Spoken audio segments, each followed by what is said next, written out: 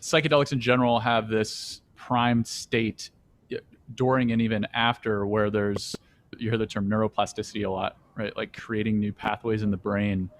Can you talk a little bit about that? I'm particularly interested to know if someone's ability to learn is heightened during that stage. If I wanted to learn a new language, for example, is there some way of combining that with psychedelics and being in this prime state where I'm more likely to learn and maybe retain certain new knowledge?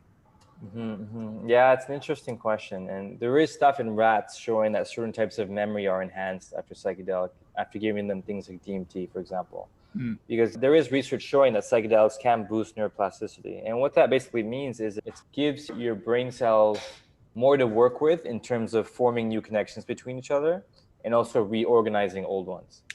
So psychedelics don't create necessarily by their own mechanism, create new pathways. They just create the conditions or the resources where new ones can be made based on your experience and based on what you try to integrate afterwards.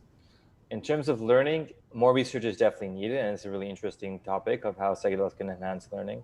But things do suggest you're in this more flexible state in terms of your brain, and you might be more able to learn in particular ways. But there are other ways which you're not going to be able to, which you'll be impaired in, right? So it's really a matter of we need more controlled studies, testing specific paradigms and different types of learning to see what areas are impaired and what areas might be facilitated.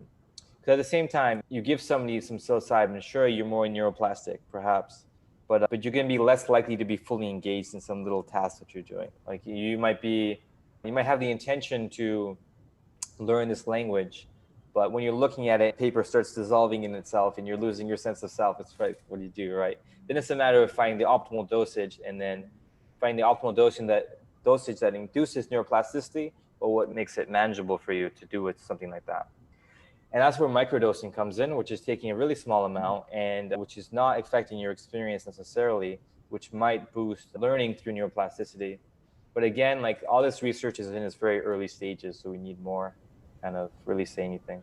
But in a macro dose, what is the duration that there is actually neuroplasticity? Is it just during the experience, or does it carry over for, I don't know, more hours or a few days even?